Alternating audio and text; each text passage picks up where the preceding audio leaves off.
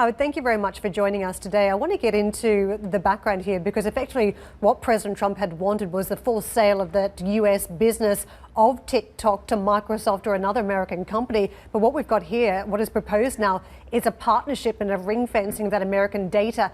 Do you think that it's going to be enough? Because it felt as though President Trump was angling for a large-scale change of the regime that might have meant more business for other American companies.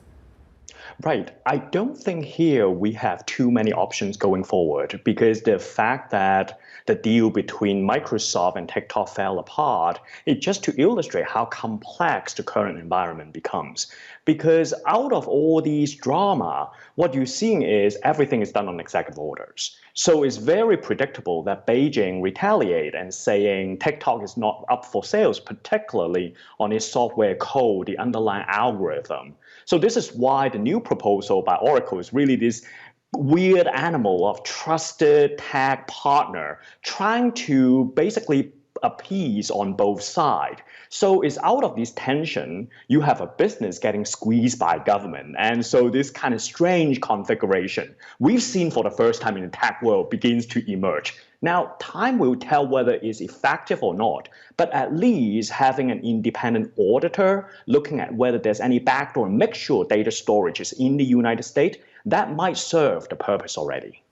Howard, what jumps out to me around this story is just how sophisticated the Chinese negotiators are. They've got the lawyers that have gone right back over precedent and dug up some old cases that they think are an example for using Oracle as this trusted tech partner. But also, they're playing the politics. They've come up with more jobs, 25,000 US jobs from about 1,000 jobs that they have in the United States currently. That plays in an election year. Also, they're looking at the political contributions of Larry Ellison, who was around some fundraising for Trump in the past. What do you make of this? Because it gives you a very different image of just how sophisticated Chinese negotiators are. Right. I mean, all these, the current event unfold, it just illustrates how important pragmatism it is, right? Let's forget about the ideologue, the sort of political rhetoric. Let's get down to the fundamental, the fact. What is required for us to move forward?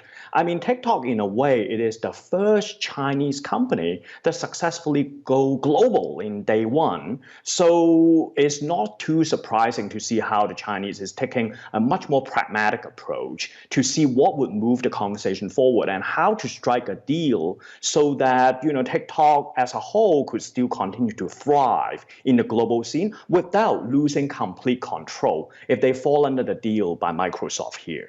Howard, I feel as though the Chinese can't win, though, on the back of this deal. I mean, effectively, there was this report that circled around last week that the Chinese government would rather this deal fall over than see the sale of that algorithm, the TikTok algorithm, to US investors. Yeah. But if they don't step in and they don't defend Chinese companies, it dashes the global ambitions of many other players as well. So it looks like it's lose-lose for China at this point.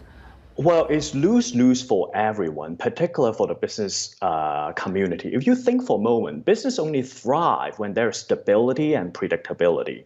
The saga of TikTok really illustrate when government feel emboldened on both sides to step in and use national security as a reason to step up intervening on business world, then it becomes very, very difficult for business community to plan. So here at IMD, we heard a lot about business executive. They're postponing investment in R&D, in sales and distribution, all the ways to new product development, precisely because they don't know how the event may unfold going forward with the rise in the tension between two major economies.